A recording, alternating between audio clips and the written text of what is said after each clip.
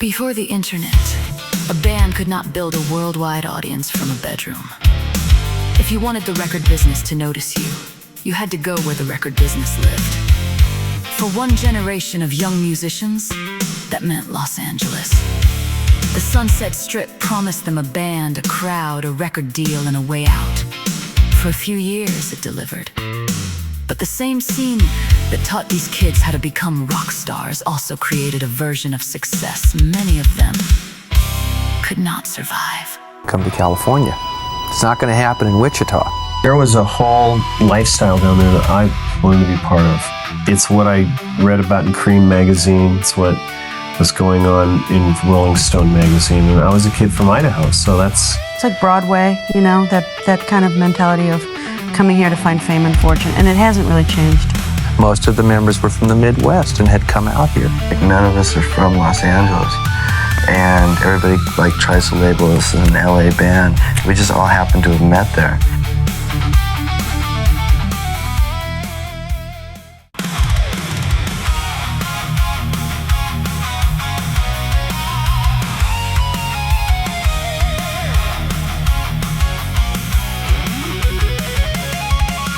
You know, Van Halen had already opened the doors.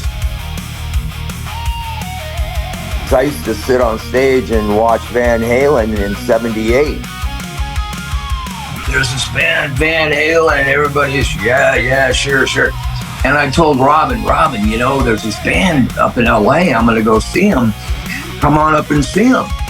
So, and I'm gonna end up moving up there. January 1st, 1980, I moved to LA. Everything was happening on the West Coast. Ratt was breaking, Mötley Crüe was breaking, the Quiet Riot had blown the market wide open. You know, Van Halen was leading the way. You know, Kim Fowley, who produced the Runaways, got a hold of our demo and said, "You really need to be on the West Coast. There's nothing going on the East Coast." And oh wow, this is Hollywood, and look at all the people out in the street. You know, there's thousands of people, you know, rock and rollers out in the streets, and the clubs are packed, and it was a definite scene. I knew after those two experiences coming up to LA and being frustrated not being able to get a band together in Orange County that I needed to move to LA. You gotta go to LA though, like Motley Crüe and Ratt, those are like the new bands. Kept coming up to LA just to check it out because you're starstruck too when you're a kid. Just seeing Hollywood Boulevard and Sunset Strip and running into famous people when you're little, young is right. It's really exciting. We played the Whiskey and stuff like that. That was like a big deal. You know, the place only holds 500 people. Man, what a wild journey, honey. Eddie, I go, you and I, you know, played together in the Whiskey in 77, 78, and here we are playing stadiums, you know, in 1988. I said, you know, who would have known, right? And Eddie said, yeah, man, I never thought we'd get to this level, you know.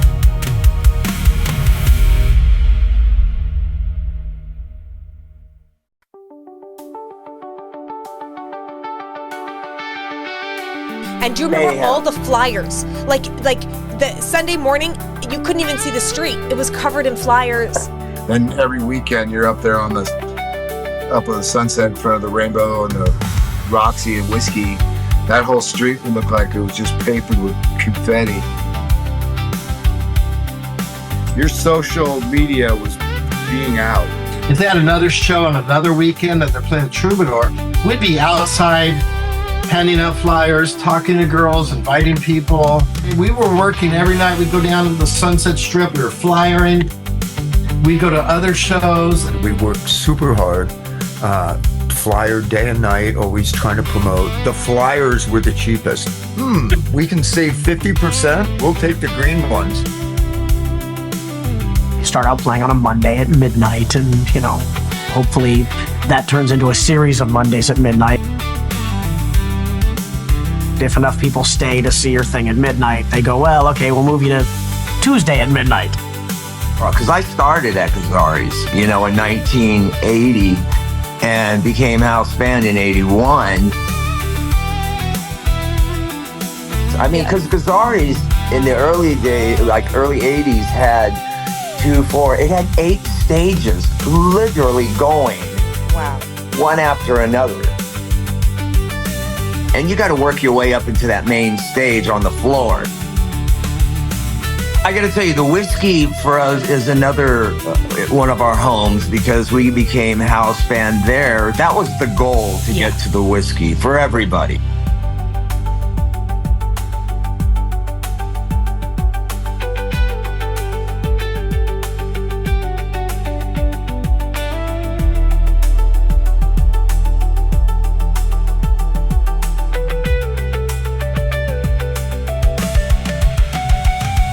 At the time, like, it wasn't about making money. It was about exposure, exposing yourself to the record industry. Hey, we're playing a midnight at the Roxy, and you know, it's going to cost us $1,500. Really? Well, we're going.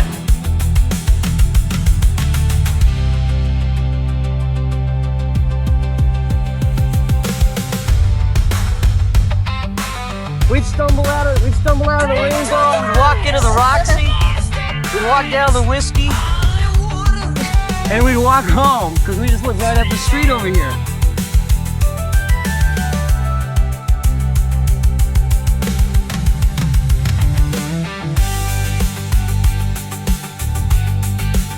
Poison was partially a cover band. You know, that's how we made a living. We'd play 3 sets a night back east, and 2 of the sets were covers, and 1 set was our original stuff. That's how we did it.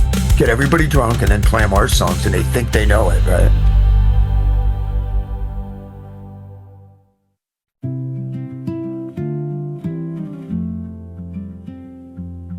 We left with $2,500. By the time we got out here, we had $1,500 between us. All of us are in one room. Job? Who has the job? You know, rent. There's like 8 of us. It's like $100 each. We didn't have squat. I mean, we were, you know, 4 guys from a steel town, you know, moved out here, lived in a warehouse. We didn't drive down the Sunset Strip in a ragtop car and pick up chicks.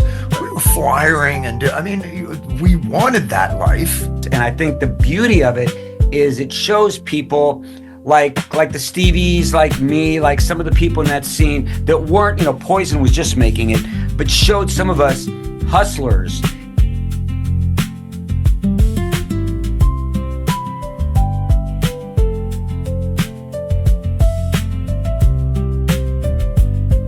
.9% of those people never did shit, but they had confidence, and we were all such hustlers. People come here not only for the weather, but also to be discovered, knowing that there's only 10 out of 100 that succeed. Where do the other 90% go? They look for jobs as busboys and waiters, waitresses, bartenders. If there is a culture, it's based on this idea that you come here for a very specific purpose.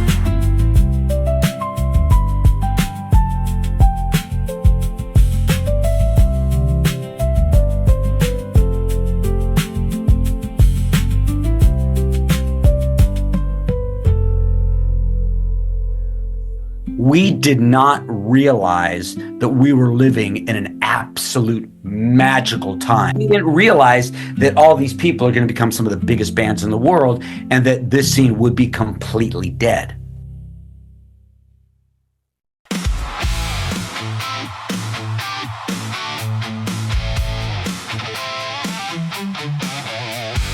Four weeks later, we play the Troubadour and it's sold out. And we just kept booking shows and getting bigger and more popular as time went on. You know, we were selling out 2 nights in a row as an unsigned band. We sold out the Roxy 3 nights in a row, and we set a new attendance record at Gazzari's. I mean, the band had a real buzz on it. The big promoter in town is putting us on their show. We played 9 shows opening for Poison before their record came out and they got signed. You know, there was a slot there to be the kings of the Sunset Strip.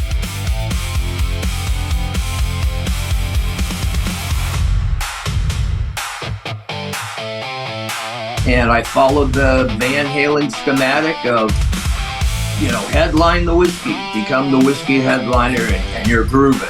And that's exactly what we did. Well, the band Ratt was pretty much huge in Los Angeles. After the EP, we released an EP, and it just so happened and it just took off and did about 80 to 100,000. Well, our managers set up a showcase, and a lot of labels came and saw us. They came out and saw the band at the Beverly Theater, signed us on the spot.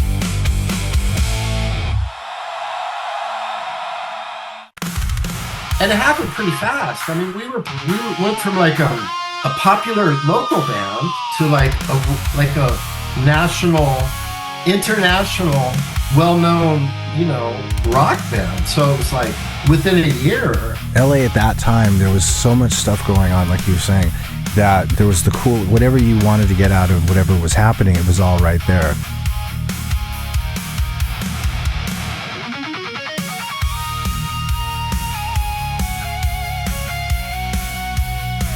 The technical guitarist came along and it became sort of a pissing contest. And then I came to LA and I saw all these people trying to be Eddie Van Halen. And it took 5 years to find somebody who played more from the heart rather than just trying to be the fastest and trying to do this and that to be a big rock star.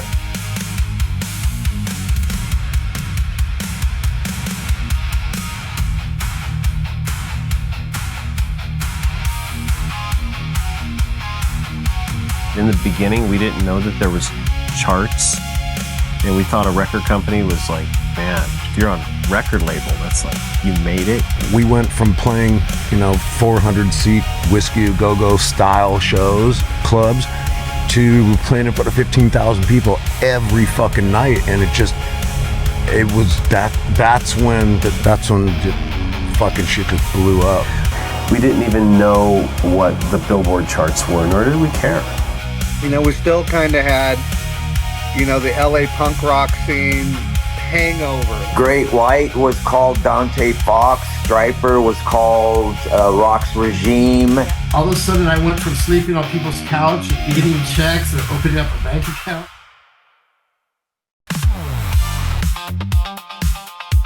At the time, everybody had short hair. It was like the knack was a real big thing, and we had to do something real visual to get people's attention. So I believe we got their attention. So, we rode our skateboards to the Troubadour when I was like 15, and we saw Motley Crue, and that was it.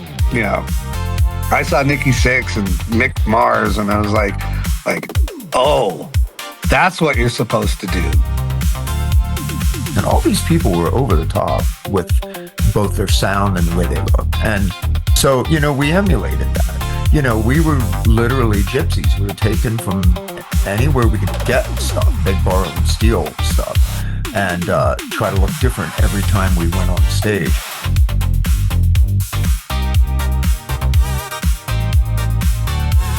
I'm a dark-skinned man. It was very difficult when I first came into the business to do that. I literally had to dye my hair blonde to make it.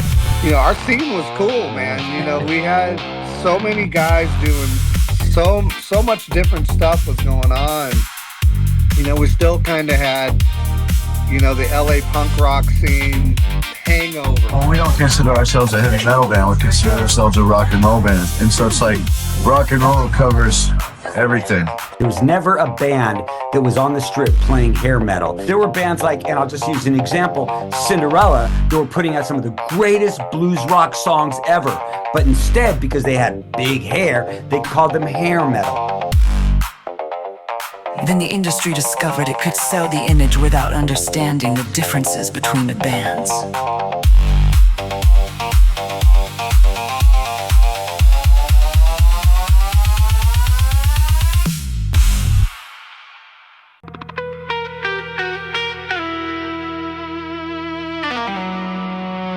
That is Hollywood.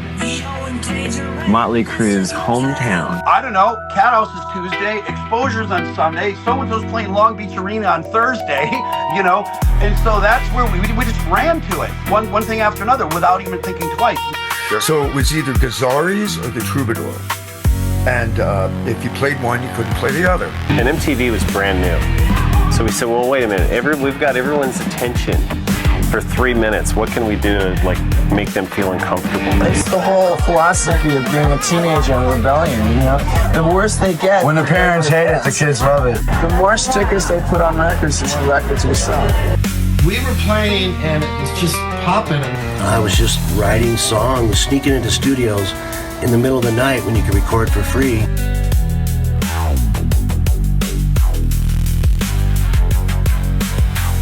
We call it like the bland theory, and it goes back to the 70s, the late 70s, when a lot of the hard rock bands got real bland, and that brought on the punk rock, which was real exciting, like the Sex Pistols, and it was aggressive at least, and then that got watered down into new wave, which got watered down into techno pop, so we're back at, point A again. It's time for something exciting to happen. It was getting real glam out there, and now it's just like, let the music do the talking.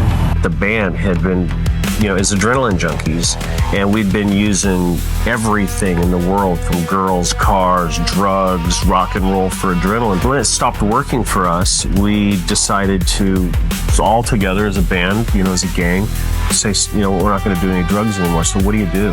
I think that it had gotten so confusing, so insane in my head that I knew no other way. Demons come creeping under the cracks of the doors and they eventually get to you. Trying to record an album in Los Angeles, it's like, you work for a couple hours, then all of a sudden your friends drop by and it's like, hey man, listen to this. Let's and you party. play everything back and then everyone's all, hey, and then it's 4 o'clock in the morning and you haven't done anything. Bob Rock said, hey, you guys have got to get out of LA. Yeah. I need you guys, undivided attention. Steve and Tyler, the Aerosmith guys, were at Little Mountain doing their album in Studio A, and we're in B, and the vibe in that studio was heavy, We'd run over there, Steven would go, come listen to the new Aerosmith stuff. We'd go in there and listen, wow, great. Dudes, come over here, listen to the Crüe stuff. Oh, wow. Izzy and Axl and I really designed that band to be more Aerosmith, Rolling Stones, mixed with Motley Crüe and Wasp. We kind of did our first gig together, LA Guns, Hollywood Rose, at a place called Madam Wong's West, which is very close to the beach here in Santa Monica. And upstairs was Poison's first show. So it was a venue with like 2 rooms kind of a thing. And Gilby Clarke was the sound man.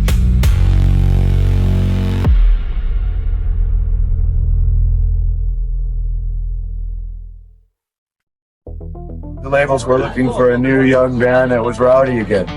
We had, I think, 7 labels looking at us, right? And we weren't even looking for a record deal. We were just playing. We said, this is what we want to do. We don't care for a record deal if you're not going to give us what we want.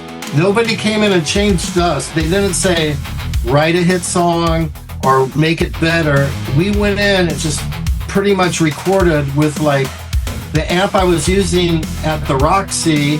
They gave us a little bit of money, and they left us alone to do our thing. It was originally a $20,000 deal, and we were able to get another 10. But that was for everything, all in. That wasn't just recording, and it was like 12 grand for the recording. It was a real grassroots thing that we had going on. And everywhere we'd go into the record stores and go, the record's not there. And call up Enigma. Because getting that record out and then getting on tour is a whole nother story. So many bands come out and then they never get on. They get put out the record and they call it getting shelved. Getting out there and playing in front of people. And on your day off, you're going to do a record store signing, and then you're going to go do a radio station interview. We worked like a year on that first record, just straight. The top 40 stations are playing a ton of rock, man. They never played us before. Pop was rock, rock was pop. There was no label. MTV, VH1. If it wasn't for those folks, a lot of us guys wouldn't even be standing.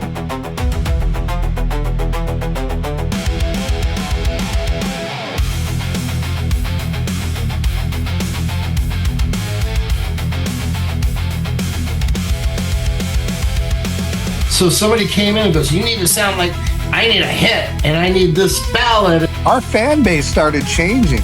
This is what made us go over the top.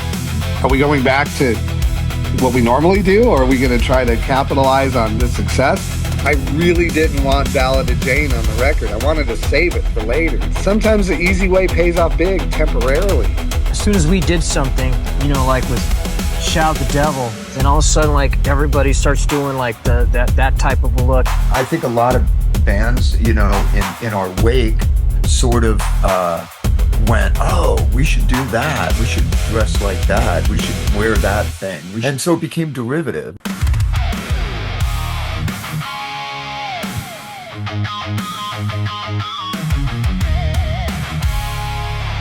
Performance-wise, it was David Lee Roth. And everything deals with just women, motorcycles, booze, everything that is Motley Crue, you know, being young, having a good time. Nicky used to practice all this shit. We used to like take pyro things and explode shit in the house. Pour Nicky like with gasoline and light him up. Go, Nicky, come here, let's try this again. Light me on fire. All the time on fire. Yeah, we were standing up there for about 5 hours with torches, feeling like assholes, and with our lipstick on, and this guy was just giving us problems, and Nicky ended up fucking saying, well, we get, just because we wear lipstick don't mean we can't kick your ass. MTV goes, well, that's your life, but it's not our life, and it's not our viewers' life. And when Tide wants to buy a 60-second Tide commercial, they don't like the idea of strippers. We started off by making the video extremely nasty. Everything is on the edge, and we sent it to him, knowing that when we shot the video, we had the mellower version in the can. Yeah.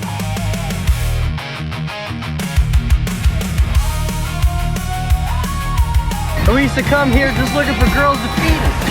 That was the only way we survived out here. Nicky and I would take the cap off the fucking 5th of Jack and fill up the cap and take a syringe and we would shoot the Jack Daniels. When we could just drink it, we would shoot it because shooting it was fucking quicker.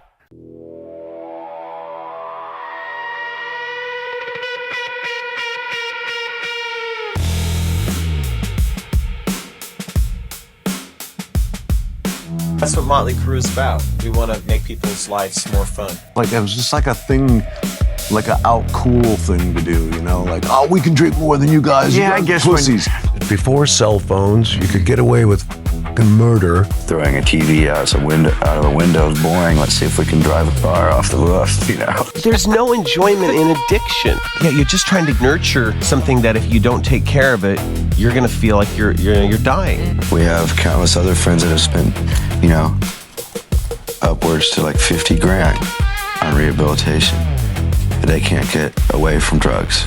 You know, I lost at least 5 or 6 people that I hung out with every day. That was like hard living down there. It was serious hard living. I'm shocked that I'm even alive. Because in the decline of Western civilization, that's me a pool drunk. That ain't fake. There's nothing fake about it. Everybody's got a perception of me of the decline. They think that's the way I live. Did you ever hear me in an interview? No. You saw me all the time. But did you ever hear me talk? No. We got hired to be the bad boys. And we were the bad boys. And now all of a sudden we have to be businessmen. The industry sold the chaos, but it still expected the chaos to arrive on time. People come and go, wow, you guys must be rich now. You must be driving Lamborghinis. We haven't seen no money. The money part of it ruins a lot of bands. An old business acquaintance who'd really hurt us took our tour money and ran. The more money you make, the bigger the sharks you meet.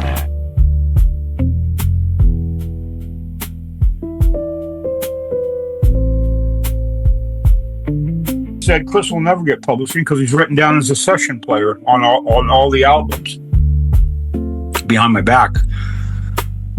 A session player. If you're not watching your finances, I trusted somebody that would not do that to me, but they did. But did you ever hear me talk? No, I wasn't allowed to.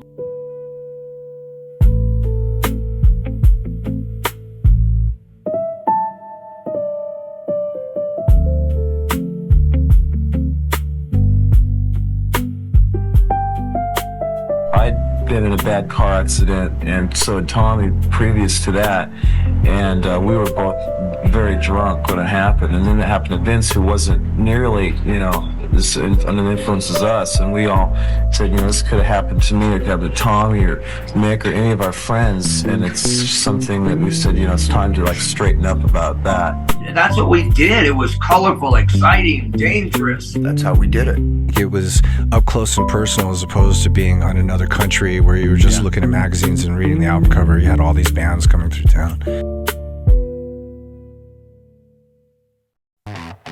All of a sudden Guns came out and they just blew the roof off it, and they were like, we don't care. Well, we don't consider ourselves a heavy metal band, we consider ourselves a rock and roll band. And a lot of bands are scared to venture into any territory except hard rock. A blues-based hard rock band that are real street, American, street-level rock. Appetite for Destruction, a lot of the material written on that was done while we were in the club scene in LA. We're like a family, we believe in each other. We care about each other enough to keep each other in line, you know, like I saved this guy's life a couple times this week. Guns N' Roses did not come from outside the Strip. They were the Strip reacting against what it had become. You know, I got made fun of for liking the Ramones. Yeah. And then, you know, 8 years go by, and then everybody that was making fun of me is sitting around watching Rock and Roll High School and loving it. But the correction became enormous too. The street band became a stadium production, and even its danger became part of the show.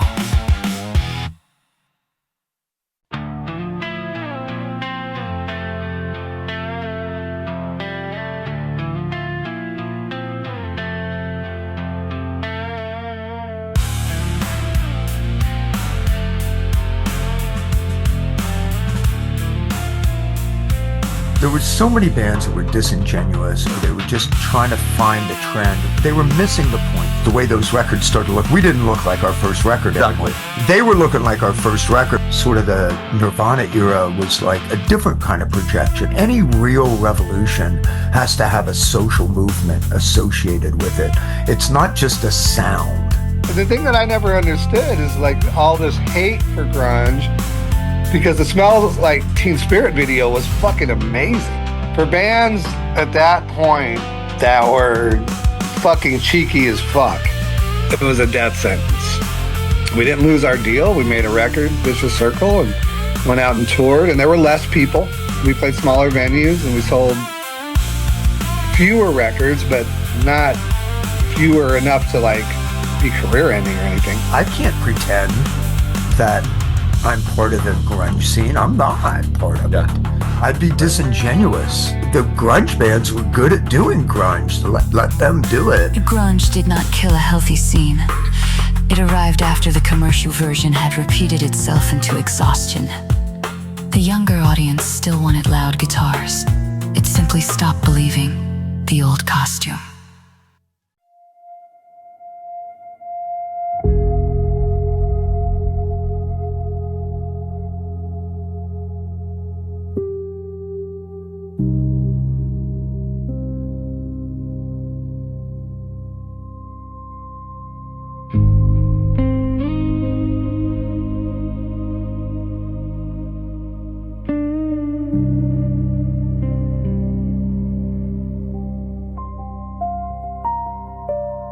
There's a lot of people that are just worried about being rock stars or individual rock stars in bands. There's going to be blow-ups. I mean, there's going to be times I'm pissed off at somebody, and there's times some people are pissed off at me. And you deal with it instead of throwing a fucking bottle of Jack Daniels at your head. I think a band's got to be real simple by doing illegal things, a lot of drinking, drugs, ladies, getting naked at concerts and things like that. We're like, okay, dude, so someone's gonna not wake up one morning. Like, he'd been up for days partying, days. And he just finally kind of stumbles out to the microphone, and he's about to start, and then he just starts crying. I mean, I remember Stephen Piercy had his own dressing room, and I would walk into his room, and he'd be dogging on his band, and I'd walk into the guys in Ratt's room, and they'd be dogging on him. It was so stupid. I was like, how can you guys go on stage together?